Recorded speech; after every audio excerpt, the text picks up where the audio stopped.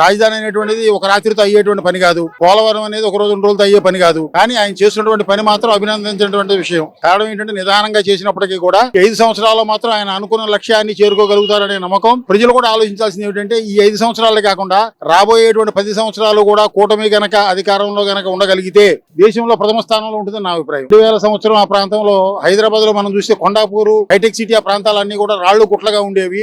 మరి ఈయన తీసుకున్నటువంటి 2020 విజన్ అనేటువంటి దాని మూలంగా సుమారుగా మనం చూస్తుండగానే 20 సంవత్సరాలు ఎంతో అభివృద్ధి చెందింది. రాబోయేటువంటి ఆయన చెబుతున్నటువంటి 2047 అనేటువంటిది మనకి స్వాతంత్రం వచ్చినటువంటి 100 సంవత్సరాల నాటికి దేశంలో మన రాష్ట్రం ప్రథమ స్థానంలో ఖచ్చితంగా ఉంటుంది. కారణం ఏంటంటే మిగిలిన రాష్ట్రాలకి మన రాష్ట్రానికి ఉన్నటువంటి తేడా ఏమిటంటే మనకు కావాల్సినటువంటి సువిశాలమైనటువంటి పొలాలు విశాలంగా ఉన్నాయి. అక్కడ రాజధాని మనం ఎంత దూరం కావాలి అంత దూరం, అటు ప్రకాశం జిల్లా దాకా అటు వెళ్ళొచ్చు, ఇటు కృష్ణా జిల్లా చివరి దాకా రావచ్చు. కారణం ఏంటంటే మరి ఆయన చేసినటువంటి అభివృద్ధి ఈ 7 నెలల్లో చాలా కార్యక్రమాలు మొదలు పెట్టారు. వేగంగా జరుగుతూ ఉన్నాయి. రాబోయే కాలంలో మనం ఎక్కడున్నామంటే రాజధాని ప్రాంతంలో దగ్గరలో ఉన్నామని మా బోటి వాళ్ళు కూడా చెప్పుకోవడానికి ఆనందపడతాం.